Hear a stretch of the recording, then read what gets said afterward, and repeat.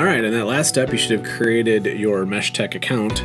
This one, we're going to show you how to do a controller onboarding, which is a fancy word for setting it up. We're going to go ahead and open the Blue Roots app, which is the dark square with the little tree light bulb thing. It's going to automatically pop up and say no MeshTech device is found yet. That's completely normal and to be expected because we haven't set one up yet. So at this point, we're going to go right ahead and we are going to plug in the controller to the power outlet. You'll see nearly immediately at the bottom, it pops up a little message that says, hey, we have detected unpaired MeshTech device near you. Would you like to pair them now? Later or pair? We are going to definitely pair. We're going to click that. It's going to circle around for a little bit. It's going to scan and it will find the MeshTech controller. And it will present that to us as that little blue squiggle that's kind of hard to see at the top there, but it's there. So we're going to put our finger on that squiggle.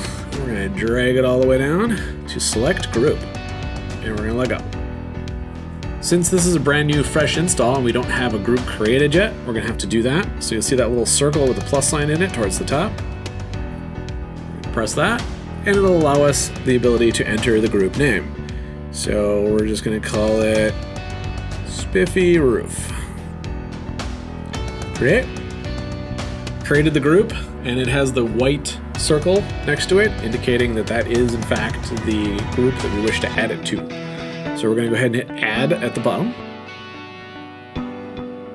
And then it'll ask us to choose the light type. In this instance, since this is an Inception exterior RGB building perimeter system, we'll be using the MeshTech Nugget, the bottom choice. And hit next. This is asking us how many lights are on an output. So if we have 2 or more outputs, we're always going to input the number of lights on the longest output. And there's 2 ways of doing that. You can hit this little plus sign down here until you're blue in the face and it increments the lights one at a time. Or you can hit the pencil.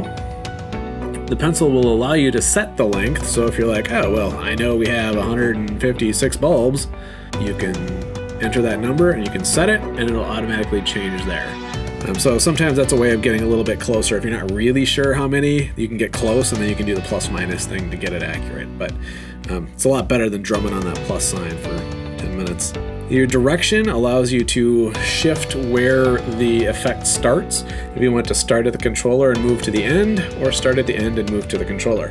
For the most part, you can just leave it as the controller to end. Next.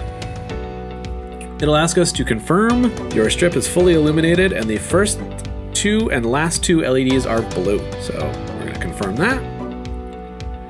And it's going to bring us back here just in case we had any additional devices to add. We could do it at that point. We're going to hit done at the bottom. That's going to bring us back to our main screen. It'll attempt to connect to the device, and after a few seconds, you'll get an on-off slider. And then from here, you'll be able to turn your lights on or off, and in the next video, we'll show you how to do colors.